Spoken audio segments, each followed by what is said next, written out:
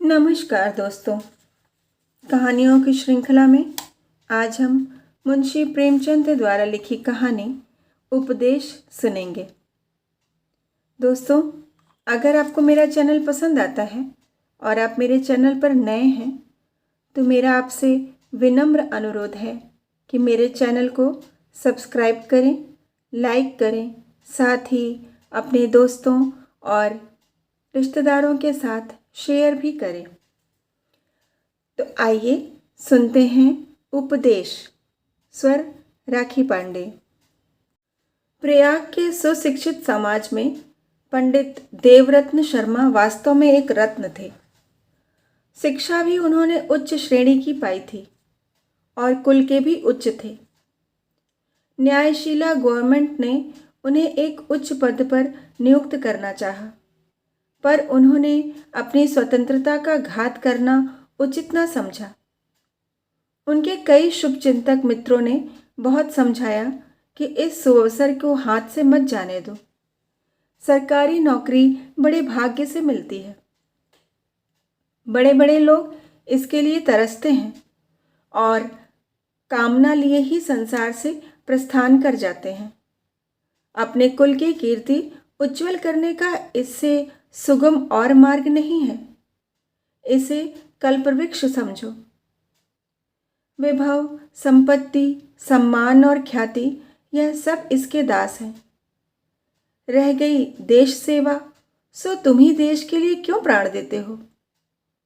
इस नगर में अनेक बड़े बड़े विद्वान और धनवान पुरुष हैं जो सुख चैन से बंगलों में रहते और मोटरों पर हरहराते धूल की आंधी उड़ाते घूमते हैं। क्या वे लोग देश सेवक नहीं हैं? जब आवश्यकता होती है या कोई अवसर आता है तो वे देश सेवा में निमग्न हो जाते हैं। अभी जब म्युनिसिपल चुनाव का झगड़ा छिड़ा तो म्योहाल के हाथे में मोटरों का तांता लगा हुआ था। भवनों के भीतर राष्ट्रीय गीतों और व्याख्यानों की भरमार थी, पर इनमें से कौन ऐसा है जिसने स्वार्थ को तिजांजलि दे दी? संसार का नियम ही है कि पहले घर में दिया जलाकर तब मस्जिद में जलाया जाता है। सच्ची बात तो यह है कि यह जातीयता की चर्चा कुछ कॉलेज के विद्यार्थियों को ही शोभा देती है। जब संसार में प्रवेश हुआ तो कहाँ की जाति और कहाँ की जातीय चर्चा। संसार की यही रीति है। फिर तुम्ही को काजी बनने की क्या जरूरत? यदि सूक्ष्म दृष्टि से देखा जाए तो सरकारी पद पाकर मनुष्य अपने देश भाइयों की जैसी सच्ची सेवा कर सकता है, वैसी किसी अन्य व्यवस्था से कदापि नहीं कर सकता। एक दयालु दरोगा सैकड़ों जातीय सेवकों से अच्छा है।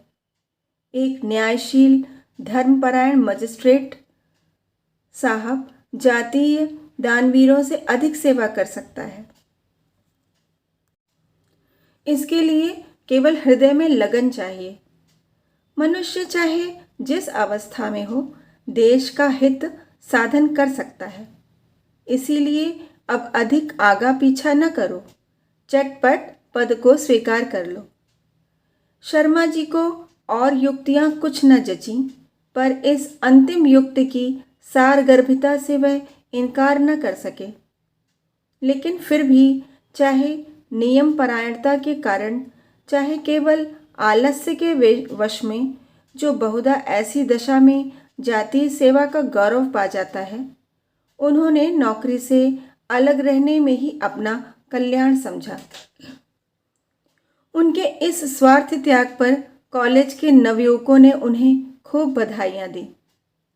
इस आत्मविजय पर एक जातीय ड्रामा खेला गया जिसके नायक हमारे शर्मा जी ही थे। समाज की उच्च श्रेणियों में इस आत्मत्याग की चर्चा हुई और शर्मा जी को अच्छी खासी ख्याति प्राप्त हो गई। इसी से वह कई वर्षों से जातीय सेवा में लीन रहते थे। इस सेवा का अधिक भाग समाचार पत्रों के अवलोकन में बीतता था, जो जातीय सेवा का ही एक विशेष अंग समझा जाता है। इसके अतिरिक्त वह पत्रों के लिए लेख लिखते, सभाएं करते और उनमें फड़कते हुए व्याख्यान देते थे। शर्मा जी फ्री लाइब्रेरी के सेक्रेटरी, स्टूडेंट्स एसोसिएशन के सभापति, सोशल सर्विस लीग के सहायक मंत्री और प्राइमरी एजुकेशन कमेटी के संस्थापक थे। कृषि संबंधी विषयों से उन्हें विशेष प्रेम था। पत्रों में जहाँ कहीं किसी नई खाद या किसी नवीन आविष्कार का वर्णन देखते, तत्काल उस पर लाल पेंसिल से निशान कर देते और अपने लेखों में उसकी चर्चा करते थे। किंतु शहर से थोड़ी दूर पर उनका एक बड़ा ग्राम होने पर भी वह अपने किसी आसामी से परिचित न थे। यहाँ तक कि कभी प्रयाग के सरकारी कृषि क्षेत्र की सैर करने न गए थे। उसी मोहल्ले में एक लाला बाबूलाल रहते थे। वह एक वकील के मुहर्रिर थे। थोड़ी सी उर्दू हिंदी जानते थे और उसी से अपना काम भली भांति चला लेते थे। सूरत शक्ल के कुछ सुंदर न थे। उस शक्ल पर मऊ के चारखाने की लंबी अचकन और भी शोभा देती थी। जूता भी देशी ही पहनते थे। यद्यपि कभी कभी वे कड़वे तेल से उसकी सेवा किया करते, पर वह नीच स्वभाव के अनुसार उन्हें काटने से न चूकता था। बेचारे को साल के 6 महीने पैरों में मलहम लगानी पड़ती। बहुधा नंगे पांव कचहरी जाते, पर कंजूस कहलाने के भय से जूतों को हाथ में न ले जाते। जिस ग्राम में शर्मा जी की जमींदारी थी, उसमें कुछ थोड़ा सा हिस्सा उनका भी था। इस नाते से कभी कभी उनके पास आया करते थे। हाँ, तातील के दिनों में गांव चले जाते। शर्मा जी को उनका आकर बैठना नागवार मालूम देता, विशेषकर जब वह फैशनेबल मनुष्यों की उपस्थिति में आ जाते। मुंशी जी भी कुछ ऐसी स्थूल दृष्टि के पुरुष थे कि उन्हें अपना अनमिलापन बिल्कुल दिखाई न देता। सबसे बड़ी आपत्ति यह थी, वे बराबर कुर्सी पर डट जाते, मानो हंसों में कौवा। उस समय मित्रगण अंग्रेजी में बातें करने लगते और बाबूलाल को क्षुद्र बुद्धि, झक्की, बॉडम, बुद्धू आदि उपाधियों का पात्र बनाते। कभी कभी उनकी हंसी उड़ाते थे। शर्मा जी में इतनी सज्जनता अवश्य थी कि वे अपने विचारहीन मित्र को यथाशक्ति निरादर से बचाते थे। यथार्थ में बाबूलाल की शर्मा जी पर सच्ची भक्ति थी। एक तो वह बीए पास थे, दूसरे वह देशभक्त थे। बाबूलाल जैसे विद्याहीन मनुष्य का ऐसे रत्न को आदरणीय समझना कुछ अस्वाभाविक न था। एक बार प्रयाग में प्लेग का प्रकोप हुआ। शहर के रईस लोग निकल भागे। बेचारे गरीब चूहों की भांति पटापट मरने लगे। शर्मा जी ने भी चलने की ठानी, लेकिन सोशल सर्विस लीग के वे मंत्री ठहरे। ऐसे अवसर पर निकल भागने में बदनामी का भय था। बहाना ढूंढा। लीग के प्रायः सभी लोग कॉलेज में पढ़ते थे। उन्हें बुलाकर इन शब्दों में अपना अभिप्राय प्रकट किया। मित्रवृंद, आप अपनी जाति के दीपक हैं। आप ही इस मरणोन्मुख जाति के आशा स्थल हैं। आज हम पर विपत्ति की घटाएं छाई हुई हैं। ऐसी अवस्था में हमारी आंखें आपकी ओर न उठें तो किसकी ओर उठेंगी? मित्र, इस जीवन में देश सेवा के अवसर बड़े सौभाग्य से मिला करते हैं। कौन जानता है कि परमात्मा ने तुम्हारी परीक्षा के लिए ही यह वज्र प्रहार किया हो। जनता को दिखा दो कि तुम वीरों का हृदय रखते हो, जो कितने ही संकट पड़ने पर भी विचलित नहीं होता।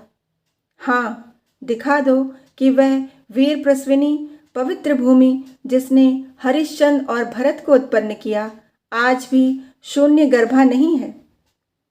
जिस जाति के युवकों में अपने पीड़ित भाइयों के प्रति ऐसी करुणा और यह अटल प्रेम है, वह संसार में सदैव यश कीर्ति का भागी रहेगा। आइए हम कमर बांधकर कर्म क्षेत्र में उतर पड़े। इसमें संदेह नहीं कि काम कठिन है, राह बीहड़ है। आपको अपने आमोद प्रमोद, अपने हॉकी टेनिस, अपने मिल और मिल्टन को छोड़ना पड़ेगा।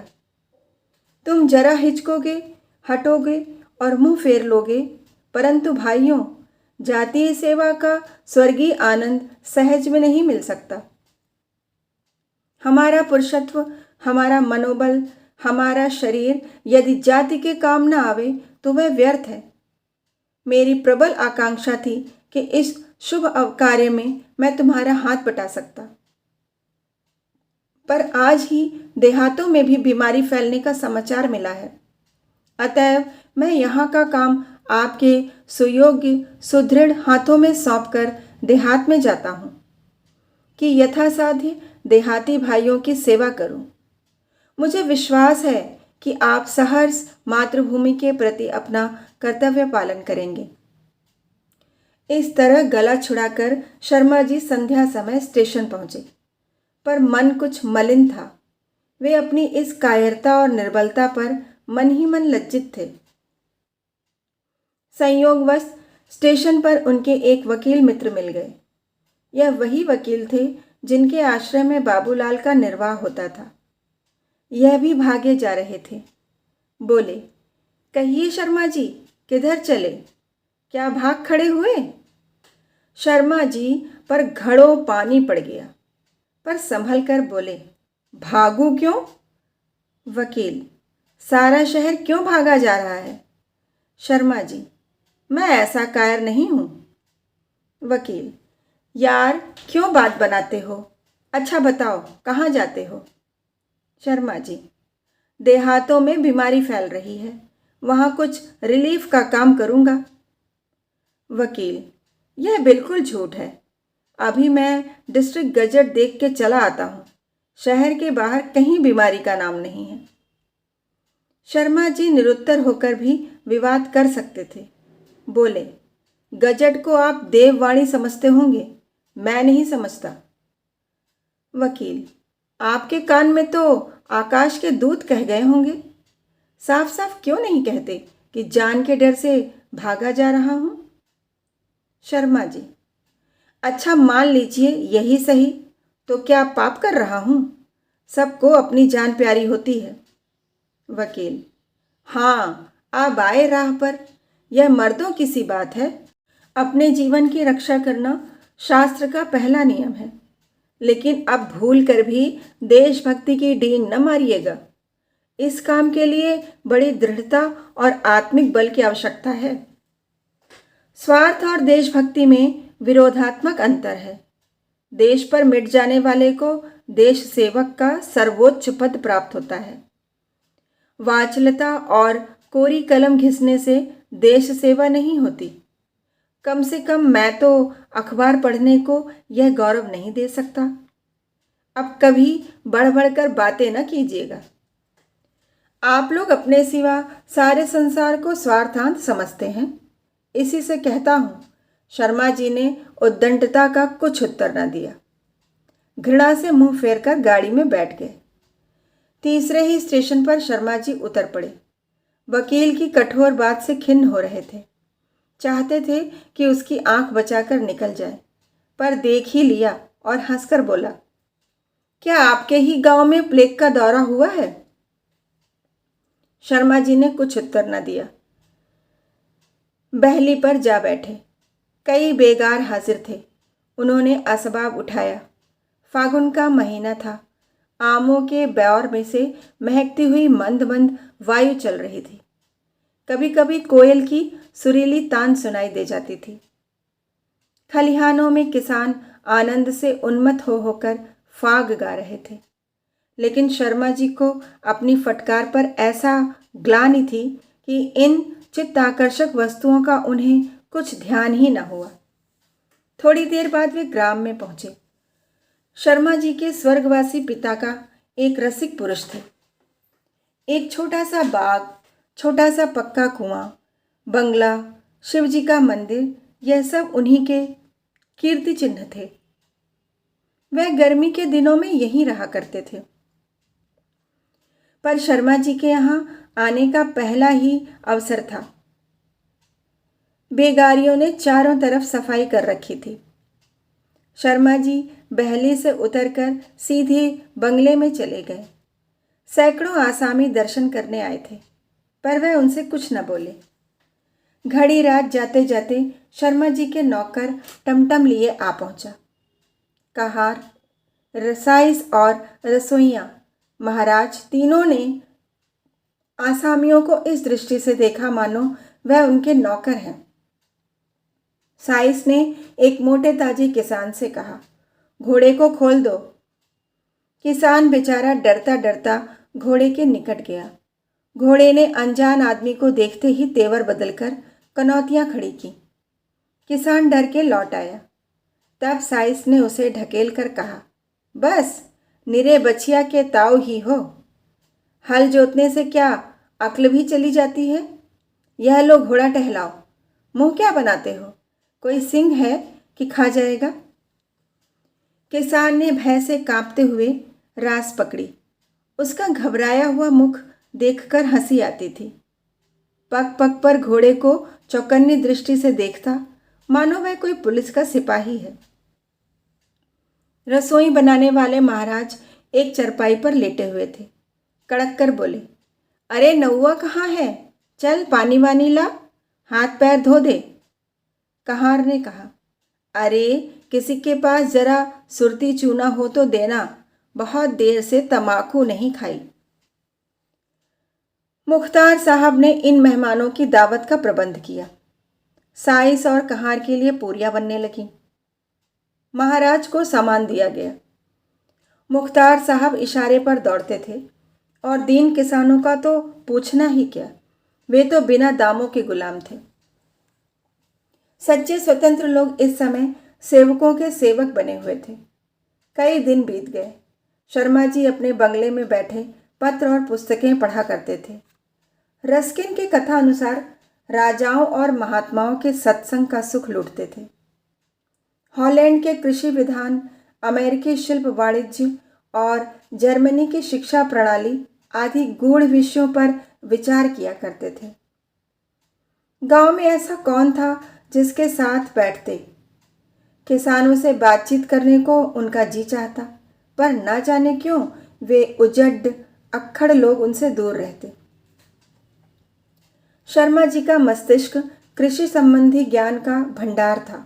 हॉलैंड और डेनमार्क की वैज्ञानिक खेती, उसकी उपज का परिमाण और वहाँ के कोऑपरेटिव बैंक आदि गहन विषय उनकी जिह्वा पर थे। पर इन गंवारों को क्या खबर? यह सब उन्हें झुककर पालागन अवश्य करते और कतरा कर निकल जाते, जैसे कोई मरकहे बैल से बचे। यह निश्चय करना कठिन है कि शर्मा जी की उनसे वार्तालाप करने की इच्छा में क्या रहस्य था, सच्ची सहानुभूति या अपनी सर्वज्ञता का प्रदर्शन। शर्मा जी की डाक शहर से लाने और ले जाने के लिए 2 आदमी प्रतिदिन भेजे जाते।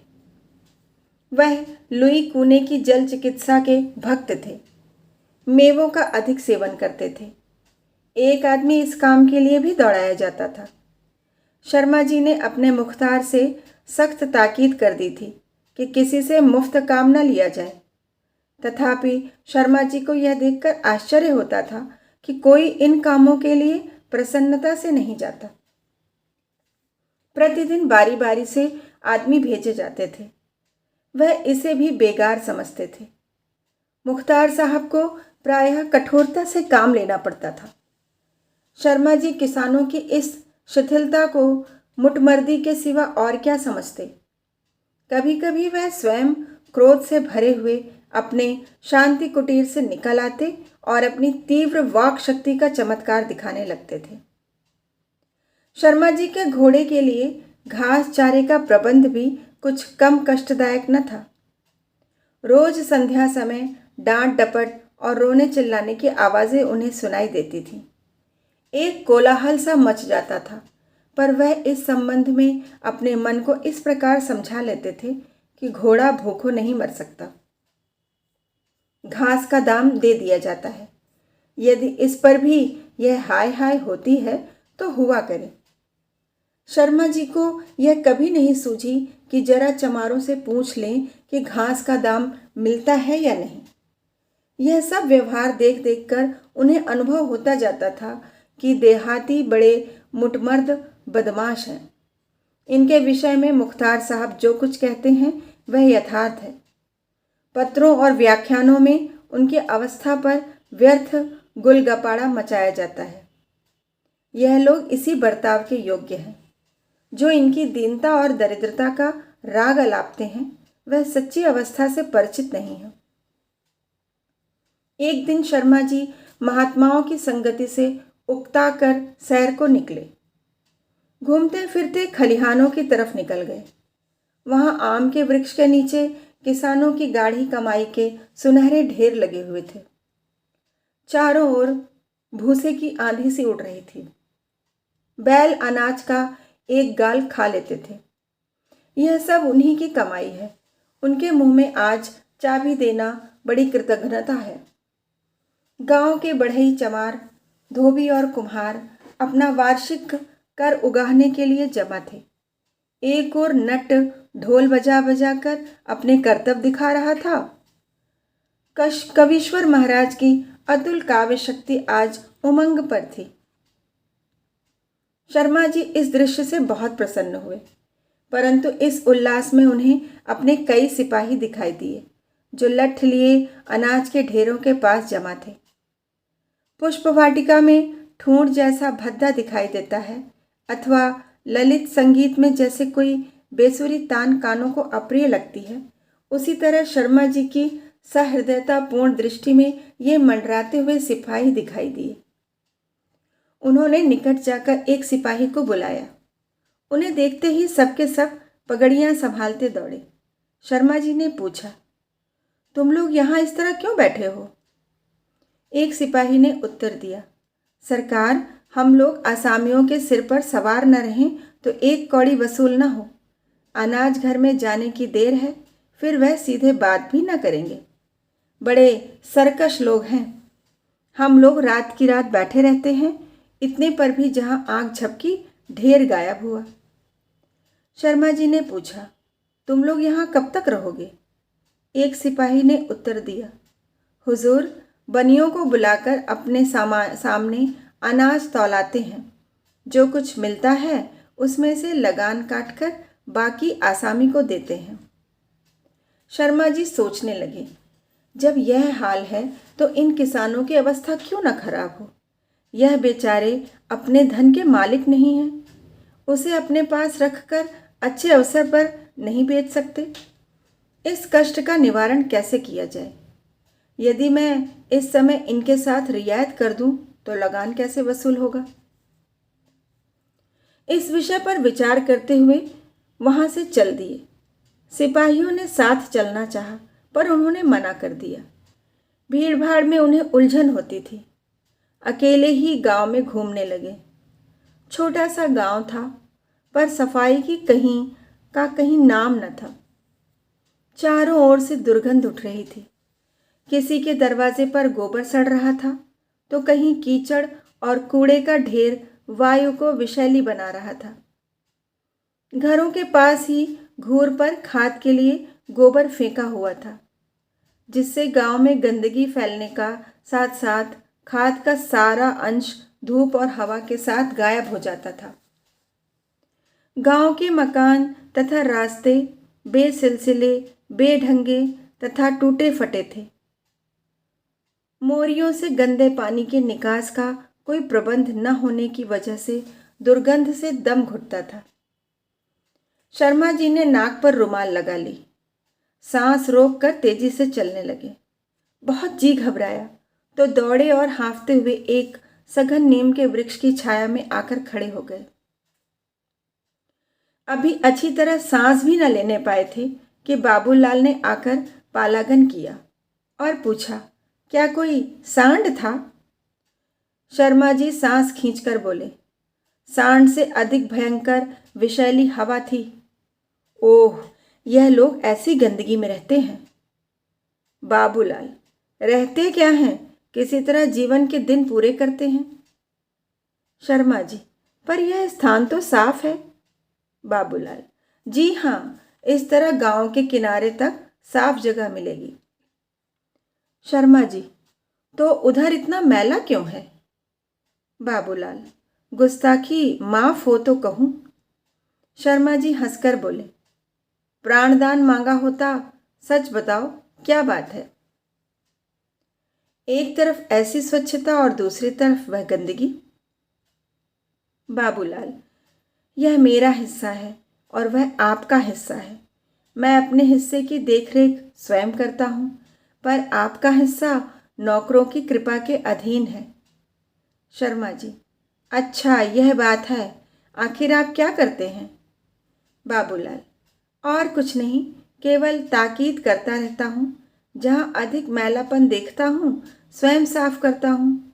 मैंने सफाई का एक इनाम नियत कर दिया है, जो प्रति मास सबसे साफ घर के मालिक को मिलता है। शर्मा जी के लिए एक कुर्सी रख दी गई। वे उस पर बैठ गए और बोले, क्या आप आज ही आए हैं? बाबूलाल, जी हाँ, कल तातील है। आप जानते ही हैं कि तातील के दिन मैं भी यहीं रहता हूँ। शर्मा जी, शहर का क्या रंग ढंग है? बाबूलाल, वही हाल, बल्कि और भी खराब। सोशल सर्विस लीग वाले भी गायब हो गए। गरीबों के घरों में मुर्दे पड़े हुए हैं। बाजार बंद हो गए। खाने को अनाज नहीं मिलता है। शर्मा जी, भला बताओ तो, ऐसी आग में मैं वहाँ कैसे रहता? बस लोगों ने मेरी ही जान सस्ती समझ रखी है। जिस दिन मैं यहाँ आ रहा था, आपके वकील साहब मिल गए। बेतरह गर्म हो पड़े। मुझे देशभक्ति के उपदेश देने लगे। जिन्हें कभी भूल कर भी देश का ध्यान नहीं आता, वे भी मुझे उपदेश देना अपना कर्तव्य समझते हैं। कुछ ही देशभक्ति का दावा है।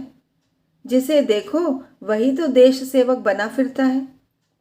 जो लोग 100 रुपये अपने भोग विलास में फूकते हैं, उनकी गणना भी जाति सेवकों में है।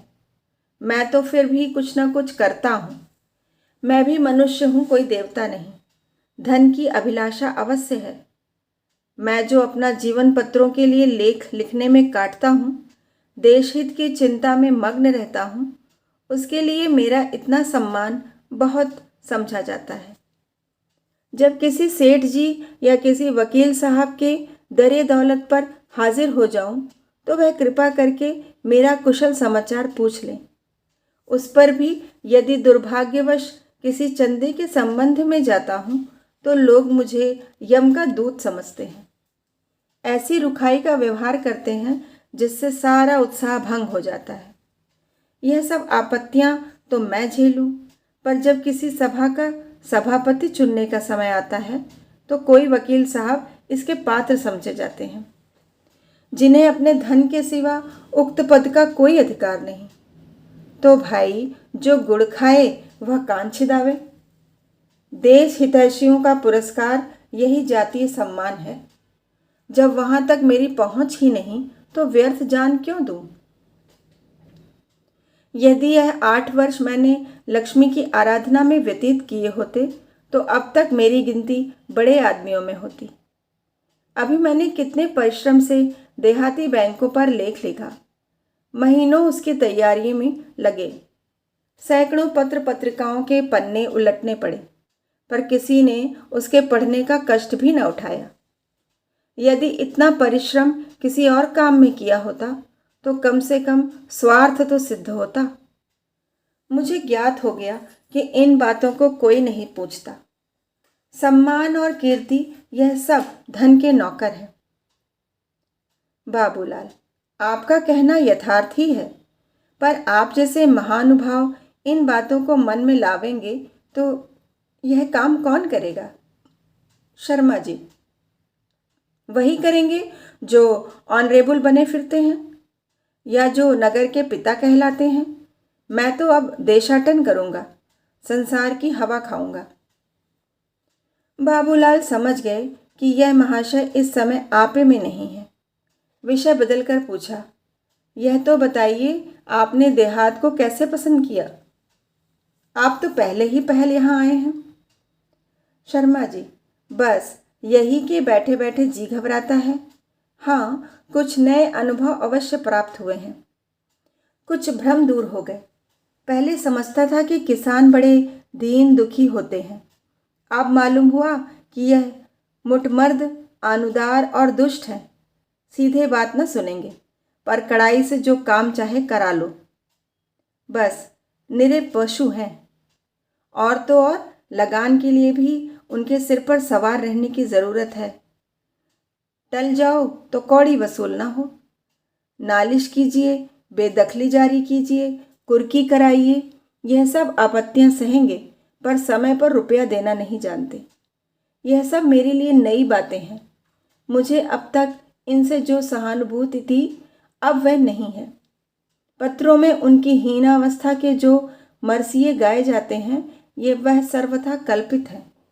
क्यों, आपका क्या विचार है? बाबूलाल ने सोचकर जवाब दिया, मुझे तो अब तक कोई शिकायत नहीं हुई। मेरा अनुभव यह है कि लोग बड़े शीलवान, नम्र और कृतज्ञ होते हैं, परंतु उनके ये गुण प्रकट में नहीं दिखाई देंगे। उनमें मिलिए और उन्हें मिलाइए, तब उनके जौहर खुलते हैं। उन पर विश्वास कीजिए, तब वह आप पर विश्वास करेंगे। आप कहेंगे इस विषय में अग्रसर होना उनका काम है, और आपका यह कहना उचित भी है।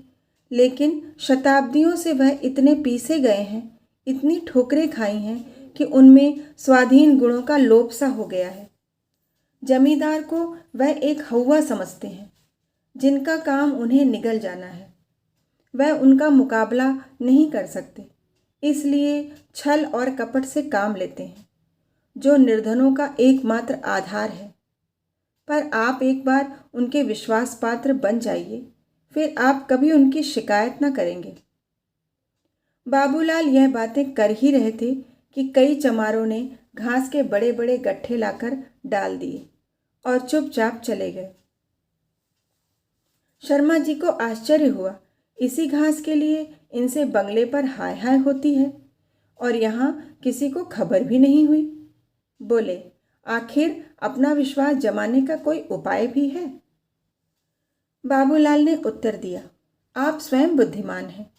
आपके सामने मेरा मुंह खोलना धृष्टता है। मैं इसका एक ही उपाय जानता हूँ। उन्हें किसी कष्ट में देखकर उनकी मदद कीजिए।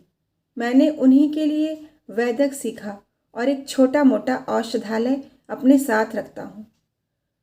रुपया मांगते हैं तो रुपया, अनाज मांगते हैं तो अनाज देता हूँ, पर सूद नहीं लेता। इससे मुझे ग्लानि नहीं होती। दूसरे रूप में सूद अधिक मिल जाता है। गांव में 2 अंधी स्त्रियां और 2 अनाथ लड़कियां हैं। उनके निर्वाह का प्रबंध कर दिया है। होता सब उन्हीं की कमाई से है, पर नेकनामी मेरी होती है। इतने में कई आसामी आए और बोले, भैया पोत ले लो। शर्मा जी ने सोचा, इसी लगान के लिए मेरे चपरासी खलिहान में चारपाई डालकर सोते हैं और किसानों को अनाज के ढेर के पास फटकने नहीं देते, और वही लगान यहाँ इस तरह आप से आप चला आता है। बोले, यह सब तो तभी हो सकता है जब जमींदार आप गांव में रहे। बाबूलाल ने उत्तर दिया, जी हाँ, और क्यों। जमींदार के गांव में न रहने से इन किसानों को बड़ी हानि होती है। कारिंदों और नौकरों से यह आशा करनी भूल है कि वह इनके साथ अच्छा बर्ताव करेंगे, क्योंकि उनको तो अपना उल्लू सीधा करने से काम रहता है। जो किसान उनकी मुट्ठी गर्म करते हैं, उन्हें मालिक के सामने सीधा, और जो कुछ नहीं देते उन्हें बदमाश और सरकश बतलाते हैं। किसानों को बात बात के लिए चूसते हैं। किसान छान छवाना चाहें तो उन्हें दें। दरवाजे पर एक खूंटा तक गाड़ना चाहें तो उन्हें पूजें। एक छप्पर उठाने के लिए 10 रुपये जमींदार को नजराना दें तो 2 रुपये मुंशी जी को जरूर ही देने होंगे। कारिंदे को घी दूध मुफ्त खिलावें। कहीं कहीं तो गेहूं चावल तक मुफ्त हजम कर जाते हैं। जमींदार तो किसानों को चूसते ही हैं, कारिंदे भी कम नहीं चूसते। जमींदार 3 पाव के भाव में रुपए का सेर भर घी ले तो मुंशी जी को अपने घर अपने साले बहनोइयों के लिए 18 छटांग चाहिए ही। तनिक तनिक सी बात के लिए डांड और जुर्माना देते देते किसानों के नाक में दम हो जाता है।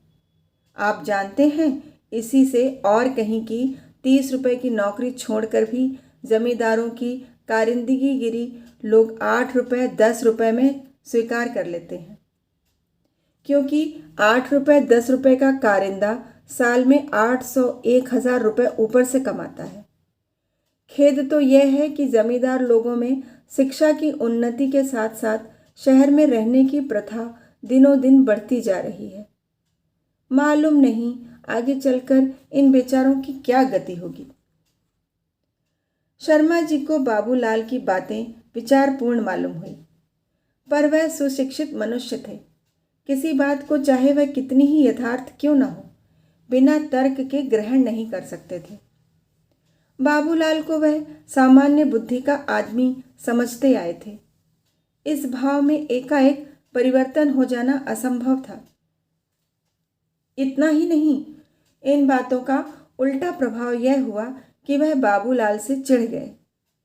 उन्हें ऐसा प्रतीत हुआ कि बाबूलाल अपने सुप्रबंध के अभिमान में मुझे तुच्छ समझता है, मुझे ज्ञान सिखाने की चेष्टा करता है। जो सदैव दूसरों को सद्ज्ञान सिखाने और सम्मान दिखाने का प्रयत्न करता हो, वह बाबूलाल जैसे आदमी के सामने कैसे सिर झुकाता। अतएव जब यहाँ से चले तो शर्मा जी की तर्क शक्ति बाबूलाल की बातों की आलोचना कर रही थी। मैं गांव में क्यों कर रहूं? क्या जीवन के सारी अभिलाषाओं पर पानी फेर दूं? गंवारों के साथ बैठे बैठे गप्पे लड़ाया करूं? घड़ी आध घड़ी मनोरंजन के लिए उनसे बातचीत करना संभव है, पर यह मेरे लिए असम्य है कि वह 8 पहर मेरे सिर पर सवार रहें। मुझे तो उन्माद हो जाए। माना कि उनकी रक्षा करना मेरा कर्तव्य है, पर यह कदापि नहीं हो सकता कि उनके लिए मैं अपना जीवन नष्ट कर दूं। बाबूलाल बन जाने की क्षमता मुझ में नहीं है कि जिससे बेचारे इस गांव की सीमा के बाहर नहीं जा सकते। मुझे संसार में बहुत काम करना है, बहुत नाम करना है। ग्राम्य जीवन मेरे लिए प्रतिकूल ही नहीं बल्कि प्राणघातक भी है। यही सोचते हुए वे बंगले पर पहुंचे तो क्या देखते हैं कि कई कांस्टेबल कमरे के बरामदे में लेटे हुए हैं। मुख्तार साहब शर्मा जी को देखते ही आगे बढ़कर बोले, हुजूर, बड़े दरोगा जी छोटे दरोगा जी के साथ आए हैं। मैंने उनके लिए पलंग कमरे में ही बिछवा दिए हैं। ये लोग जब इधर आ जाते हैं तो ठहरा करते हैं। देहात में इनके योग्य स्थान और कहाँ है? अब मैं इनसे कैसे कहता कि कमरा खाली नहीं है? हुजूर का पलंग ऊपर बिछा दिया है। शर्मा जी अपने अन्य देश हितचिंतक भाइयों की भांति पुलिस के घोर विरोधी थे। पुलिस वालों के अत्याचारों के कारण उन्हें बड़ी घृणा की दृष्टि से देखते थे। उनका सिद्धांत था कि यदि पुलिस का आदमी प्यास से भी मर जाए तो उसे पानी न देना चाहिए। अपने कारिंदे से यह समाचार सुनते ही उनके शरीर में आग सी लग गई। कारिंदे की ओर लाल आंखों से देखा और लपक कर कमरे की ओर चले कि बेईमानों का बोरिया बांधना उठाकर फेंक दूं। वाह, मेरा घर न हुआ कोई होटल हुआ। आकर डट गए। तेवर बदले हुए बरामदे में जा पहुंचे कि इतने में छोटे दरोगा बाबू कोकिला सिंह ने कमरे से निकलकर पालागन किया और हाथ बढ़ाकर बोले, अच्छी साइज से चला था कि आपके दर्शन हो गए। आप मुझे भूल तो न गए होंगे? यह महाशय 2 साल पहले सोशल सर्विस लीग के उत्साही सदस्य थे। इंटरमीडिएट फेल हो जाने के बाद पुलिस में दाखिल हो गए थे। शर्मा जी ने उन्हें देखते ही पहचान लिया। क्रोध शांत हो गया। मुस्कुराने की चेष्टा करके बोले, भूलना बड़े आदमियों का काम है। मैंने तो आपको दूर ही से पहचान लिया था। कहिए, इसी थाने में है क्या?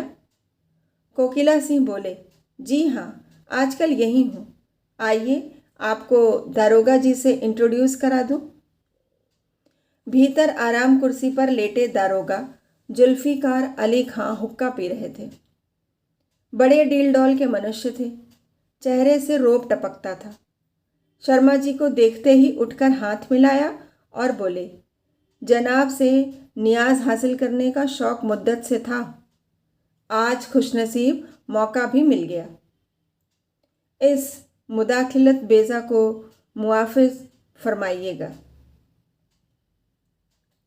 शर्मा जी को आज मालूम हुआ कि पुलिस वालों को अशिष्ट कहना अन्याय है। हाथ मिलाकर बोले, यह आप क्या पर फरमाते हैं? यह आपका घर है, पर इसके साथ ही पुलिस पर आक्षेप करने का ऐसा अच्छा अवसर हाथ से नहीं जाने देना चाहते थे। कोकिला सिंह से बोले, आपने तो पिछले साल कॉलेज छोड़ा है, लेकिन आपने नौकरी भी की तो पुलिस की। बड़े दरोगा जी यह ललकार सुनकर संभल बैठे और बोले, क्यों जनाब, क्या पुलिस ही सारे मुहकमों में से गया गुजरा है? ऐसा कौन सा सेगा है जहां रिश्वत का बाजार गर्म नहीं? अगर आप ऐसे एक भी सेगा का नाम बता दीजिए तो मैं ताउम्र आपकी गुलामी करूं। मुलाजमत करके रिश्वत लेना मुहाल है। तामील के सेगे को बेलौस कहा जाता है, मगर मुझको इसका खूब तजर्बा हो चुका है। अब मैं किसी रास्तबाजी के दावे को तस्लीम नहीं कर सकता और दूसरे सेगों की निस्बत तो मैं कर ही नहीं सकता। मगर पुलिस में जो रिश्वत नहीं लेता उसे मैं अहमक समझता हूँ। मैंने दो एक दयानतदार सब इंस्पेक्टर देखे हैं, पर उन्हें हमेशा तबाह देखा। कभी मातुई, कभी मुअत्तल, कभी बर्खास्त। चौकीदार और कांस्टेबल बेचारे थोड़ी औकात के तो आदमी हैं, इनका गुजारा क्यों कर हो? वही हमारे हाथ पांव हैं, उन्हीं पर हमारी नेक नामी का दरमदार है। जब वह खुद भूखों मरेंगे तो हमारी मदद करेंगे। जो लोग हाथ बढ़ाकर लेते हैं, खुद खाते हैं, दूसरों को खिलाते हैं, अफसरों को खुश रखते हैं, उनका शुमार कारगुजार नेक नाम आदमियों में होता है। मैंने तो यही अपना वसूल बना रखा है और खुदा का शुक्र है कि अफसर और महतत सभी खुश हैं। शर्मा जी ने कहा, इसी वजह से तो मैंने ठाकुर साहब से कहा था कि आप क्यों इस सेगे में आए। जुल्फिकार अली खां गर्म होकर बोले, आए तो मुहकमे पर कोई एहसान नहीं किया। किसी दूसरे सेगे में होते तो अभी तक ठोकरें खाते होते, नहीं तो घोड़े पर सवार नौशा बने घूमते। मैं तो बात सच्ची कहता हूँ, चाहे किसी को अच्छी लगे या बुरी। इनसे पूछिए, हराम की कमाई अकेले आज तक किसी को हजम हुई है? या नए लोग जो आते हैं उनकी यह आदत होती है कि जो कुछ मिले अकेले ही हजम कर लें, चुपके चुपके लेते हैं और थाने के आहलकार मुंह ताकते रह जाते हैं। दुनिया की निगाह में ईमानदार बनना चाहते हैं, पर खुदा से नहीं डरते। अबे जब हम खुदा ही से नहीं डरते तो आदमियों का क्या खौफ? ईमानदार बनना हो तो दिल से बनो, सच्चाई का स्वांग क्यों भरते हो? यह हजरत छोटी छोटी रकमों पर गिरते हैं, मारे गरूर के किसी आदमी से राय तो लेते नहीं। जहाँ आसानी से 100 रुपये मिल सकते हैं, वहाँ 50 रुपये में बुलबुल हो जाते हैं। कहीं दूध वाले के दाम मार लिए, कहीं हज्जाम के पैसे दबा लिए, कहीं बनिए से निर्ख के लिए झगड़ बैठे। यह अफसरी नहीं, लुच्चापन है। गुनाह बेइज्जत, फ़ायदा तो कुछ नहीं, बदनामी मुफ्त। मैं बड़े बड़े शिकारों पर निगाह रखता हूँ, यह पिद्दी और बटेर माहतों के लिए छोड़ देता हूँ। हलफ से कहता हूँ, गरज बुरी शय है। रिश्वत देने वालों से ज़्यादा अहमक अंधे आदमी दुनिया में न होंगे। ऐसे कितने ही उल्लू आते हैं जो महज यह चाहते हैं कि मैं उसके किसी पट्टीदार या दुश्मन को 2-4 खोटी खरी सुना दूं। कई ऐसे बेईमान जमींदार आते हैं जो यह चाहते हैं कि वह आसामियों पर जुल्म करते रहें और पुलिस दखल न दे।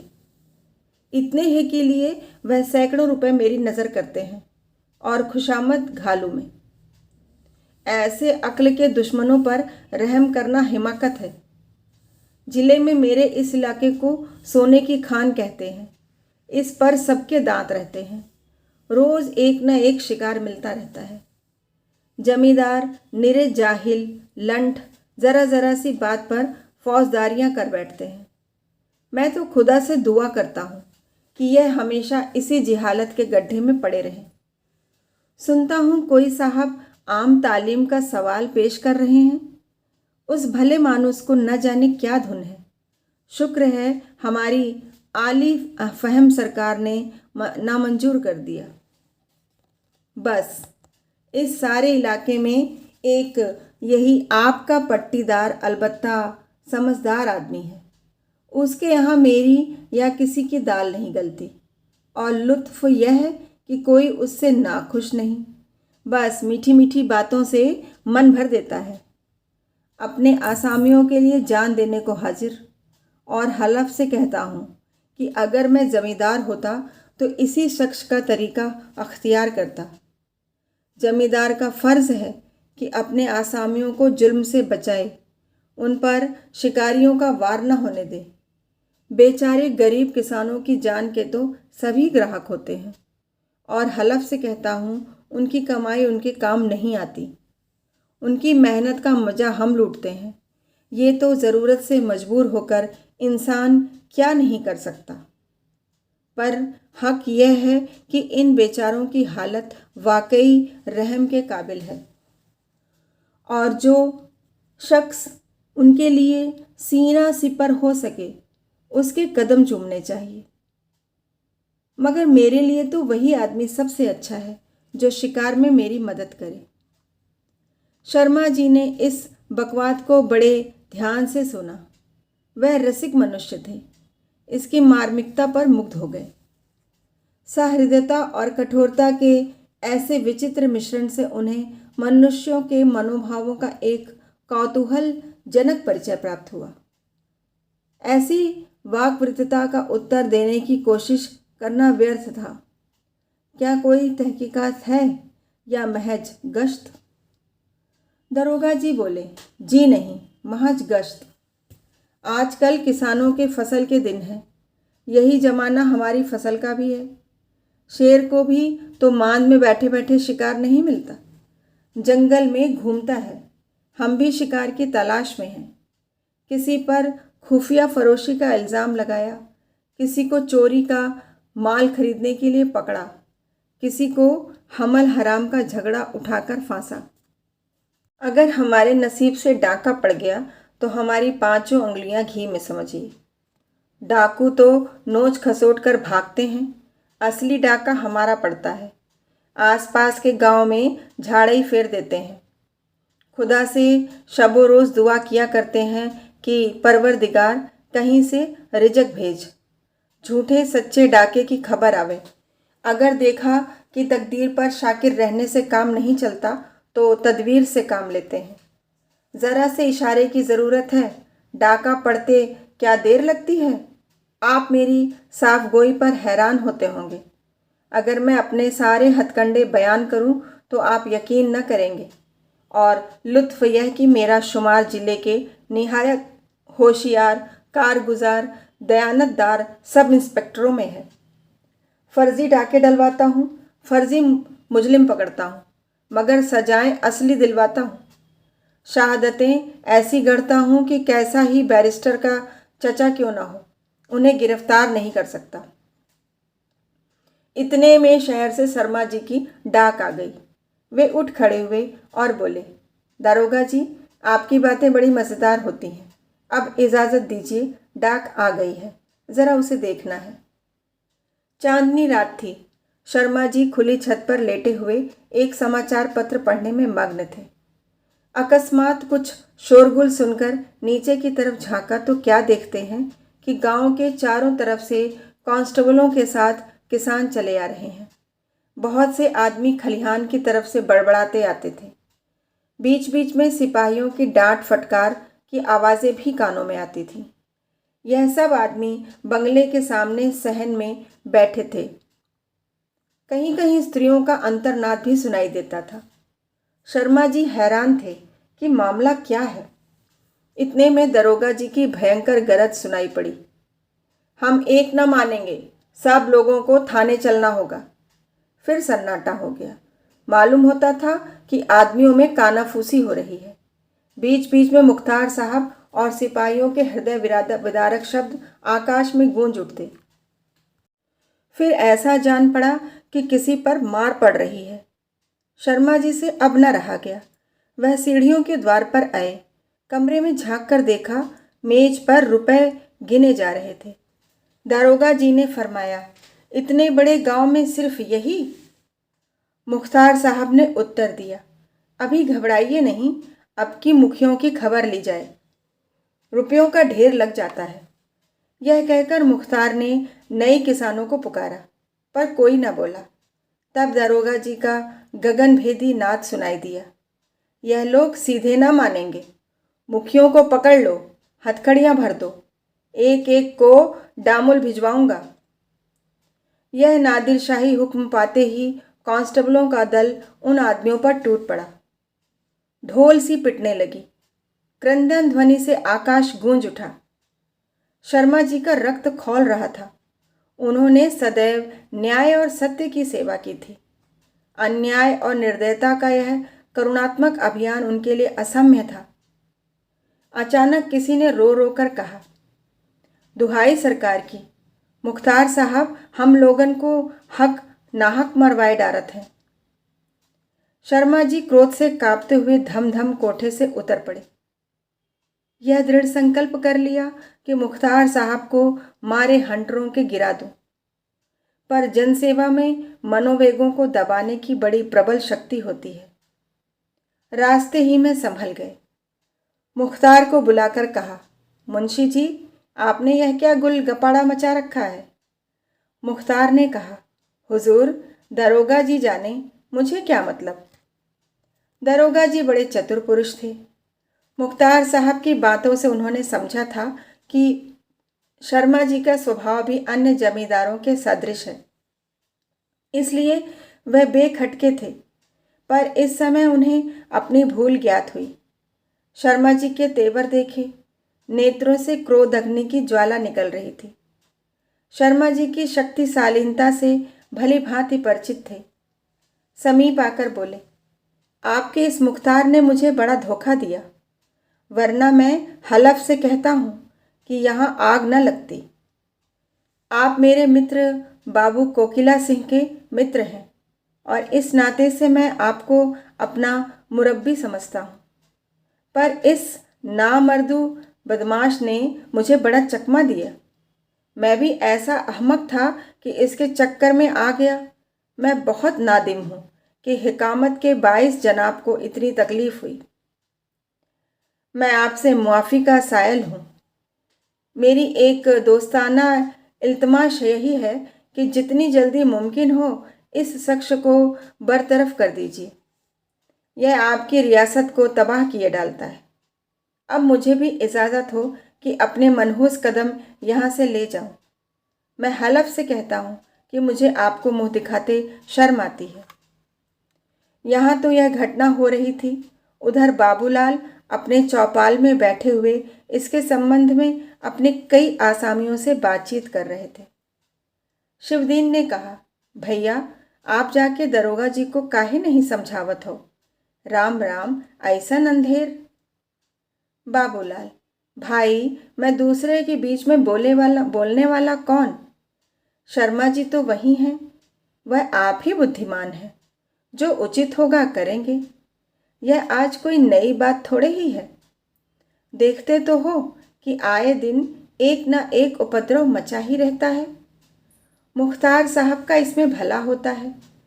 शर्मा जी से मैं इस विषय में इसलिए कुछ नहीं कहता कि शायद वे इसे समझें कि मैं ईर्ष्यावश शिकायत कर रहा हूँ। रामदास ने कहा, शर्मा जी कोठा पर हैं और नीचू बेचारन पर मार परत है। देखा नहीं जात है। जिनसे मुराद पाए जात है उनका छोड़ देते हैं मौका तो जान परत है कि ई तहकीकात सहकीकात सब रुपयन के खातिर कीन जात है। बाबूलाल, और काहे के लिए की जाती है? दरोगा जी ऐसे ही शिकार ढूंढा करते हैं। लेकिन देख लेना शर्मा जी, अब की मुख्तार साहब की ज़रूर खबर लेंगे। वह ऐसे वैसे आदमी नहीं है कि यह अंधेर अपनी आंखों से देखें और मौन धारण कर लें। हाँ, यह तो बताओ आपकी कितनी ऊख बोई है? रामदास, ऊख बोए ढेर रहे, मुदा दुष्टन के मारे बचे पावे। तू मानत नाही भैया, पर आँखन देखी बात है कि कराह के कराह रस जरगवा और छटाको भर माल न परा। ना जानी अस कौन मंतर मार देत है। बाबूलाल, अच्छा, आपकी मेरे कहने से यह हानि उठा लो। देखूं ऐसा कौन बड़ा सिद्ध है जो कराही का रस उड़ा देता है। जरूर इसमें कोई ना कोई बात है। इस गांव में जितने कोल्हू जमीन में गड़े पड़े हैं उनसे विदित होता है कि पहले यहाँ ऊख बहुत होती थी, किंतु अब बेचारी का मुंह भी मीठा नहीं होने पाता। शिवदीन, अरे भैया, हमारे होश में ई सब कोल्हू चलत रहे। माघ पूस में रात भर गांव में मेला लगा रहत रहा, पर जब से ई नासिनी विद्या फैली है तब से कोऊ का ऊख के नेरे जाए का हियाव नहीं परत है। बाबूलाल, ईश्वर चाहेंगे तो फिर वैसी ही ऊख लगेगी। अब की मैं इस मंत्र को उलट दूंगा। भैया, यह तो बताओ, अगर ऊख लग जाए और माल पड़े ही तो तुम्हारी पट्टी में 1000 का गुड़ हो जाएगा। हरकू ने हंसकर कहा, भैया कैसी बात कहते हो? 1000 तो 5 बीघा में मिल सकत है। हमारे पट्टी में 25 बीघा से कम ऊख नहीं था। कुछो न पड़े तो 2500 काहू नहीं गए हैं। बाबूलाल, तब तो आशा है कि कोई 50 रुपए बयाई में मिल जाएंगे। यह रुपए गांव की सफाई में खर्च होंगे। इतने में एक युवा मनुष्य दौड़ता हुआ आया और बोला, भैया, ऊ तहकीकात देखे गैल रहली। दरोगा जी सबका डांटत मारत रहे। देवी मुखिया बोला, मुख्तार साहब, हमका चाहे काट डारो, मुदा हम एक कौड़ी न देबे। थाना कचहरी जहाँ कहो चले के तैयार है। ई सुन के मुख्तार लाल हुई गए। 4 सिपाहिन से कहन कि एहका पकड़ के खूब मारो। तब देवी चिल्लाए चिल्लाए रोवे लागल। इतने में शर्मा जी कोठी पर से खटखट उतरेन और मुख्तार का लागे डांटे। मुख्तार ठाड़े झूर होए गए। दरोगा जी धीरे से घोड़ा मंगवाएं के भागेन। मनई शर्मा जी का आशीषत चला जात है। बाबूलाल, यह तो मैं पहले ही कहता था कि शर्मा जी से यह अन्याय न देखा जाएगा। इतने में दूर से एक लालटेन का प्रकाश दिखाई दिया। एक आदमी के साथ शर्मा जी आते हुए दिखाई दी। बाबूलाल ने आसामियों को वहां से हटा दिया, कुर्सी रखवा दी और बढ़कर बोले, आपने इस समय क्यों कष्ट किया? मुझको बुला लिया होता। शर्मा जी ने नम्रता से उत्तर दिया, आपको किस मुंह से बुलाता? मेरे सारे आदमी वहां पीटे जा रहे थे, उनका गला दबाया जा रहा था और आप पास न फटके। मुझे आपसे मदद की आशा थी। आज हमारे मुख्तार ने गांव में लूट मचा दी थी। मुख्तार की और क्या कहूँ, बेचारा थोड़े औकात का आदमी है। खेत तो यह है कि आपके दरोगा जी भी उसके सहायक थे। कुशल यह थी कि मैं वहाँ मौजूद था। बाबूलाल, बहुत लज्जित हूँ कि इस अवसर पर आपकी कुछ सेवा ना कर सका, पर बात यह है कि मेरे वहाँ जाने से मुख्तार साहब और दरोगा दोनों ही अप्रसन्न होते। मुख्तार मुझसे कई बार कह चुके हैं कि आप मेरे बीच में न बोला कीजिए। मैं आपसे कभी गांव की दशा इस भय से न कहता था कि शायद आप समझें कि मैं ईर्ष्या के कारण ऐसा कहता हूँ। यहाँ यह कोई नई बात नहीं है, आए दिन ऐसी ही घटनाएं होती रहती हैं। और कुछ इसी गांव में नहीं, जिस गांव को देखिए यही दशा है। इन सब आपत्तियों का एकमात्र कारण यह है कि देहातों में कर्मपरायण, विद्वान और नीतिज्ञ मनुष्यों का अभाव है। शहर के सुशिक्षित जमींदार, जिनसे उपकार की बहुत कुछ आशा की जाती है, सारा काम कारिंदों पर छोड़ देते हैं। रहे देहात के जमींदार, सो निरक्षर भट्टाचार्य हैं। अगर कुछ थोड़े बहुत पढ़े भी हैं तो अच्छी संगति न मिलने के कारण उनमें बुद्धि का विकास नहीं है। कानून के थोड़े से दफ़े सुना सुना लिए हैं, बस उसी की रट लगाया करते हैं। मैं आपसे सत्य कहता हूँ, मुझे ज़रा भी खबर होती तो मैं आपको सचेत कर दिया होता। शर्मा जी, खैर यह बला तो टली, पर मैं देखता हूँ कि इस ढंग से काम न चलेगा। अपने आसामियों को आज इस विपत्ति में देखकर मुझे बड़ा दुख हुआ। मेरा मन बार बार मुझको इन सारी दुर्घटनाओं का उत्तरदायी ठहराता है। जिनकी कमाई खाता हूँ, जिनकी बदौलत टमटम पर सवार होकर रईस बना घूमता हूँ, उनके कुछ स्वत्व भी तो मुझ पर हैं। मुझे अब अपनी स्वार्थ अंधता स्पष्ट दिखाई पड़ती है। मैं आप अपनी ही दृष्टि में गिर गया हूँ। मैं सारी जाति के उद्धार का बीड़ा उठाए हुए हूँ। सारे भारतवर्ष के लिए प्राण देता फिरता हूँ, पर अपने घर की खबर नहीं। जिनकी रोटियां खाता हूँ, उनकी तरफ से इस तरह उदासीन हूँ। अब इस दुर्अवस्था को समूल नष्ट करना चाहता हूँ। इस काम में मुझे आपकी सहायता और सहानुभूति की ज़रूरत है। मुझे अपना शिष्य बनाइए। मैं याचक भाव से आपके पास आया हूँ। इस भार को संभालने की शक्ति मुझ में नहीं। मेरी शिक्षा ने मुझे किताबों का कीड़ा बनाकर छोड़ दिया और मन के मोदक खाना सिखाया। मैं मनुष्य नहीं, किंतु नियमों का पोथा हूँ। आप मुझे मनुष्य बनाइए। मैं अब यहीं रहूँगा, पर आपको भी यहीं रहना पड़ेगा। आपकी जो हानि होगी उसका भार मुझ पर है। मुझे सार्थक जीवन का पाठ पढ़ाइए। आपसे अच्छा गुरु मुझे ना मिलेगा। संभव है आपका अनुगामी बनकर मैं अपना कर्तव्य पालन करने योग्य हो जाऊं। कहानी सुनने के लिए बहुत बहुत धन्यवाद। फिर मिलेंगे एक नई कहानी के साथ।